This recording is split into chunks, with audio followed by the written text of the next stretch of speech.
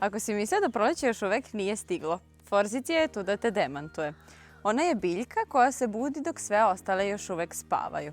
Zlatna, blistava i s punim pravom predstavlja pravu prolećnu revoluciju. Ovo je jedna od forzicija koje možete pronaći u našem rasadniku. Ova biljka je vrlo otporna na suše, zagađenja i dobro trpi hladne dane. Zamislili ste je u svom vrtu, zar ne? Orezivanje forzicije je vrlo jednostavno. Nakon cvetanja orežete 1/3 grane, a ona će vam se naredne godine odužiti spektakularnim cvetovima.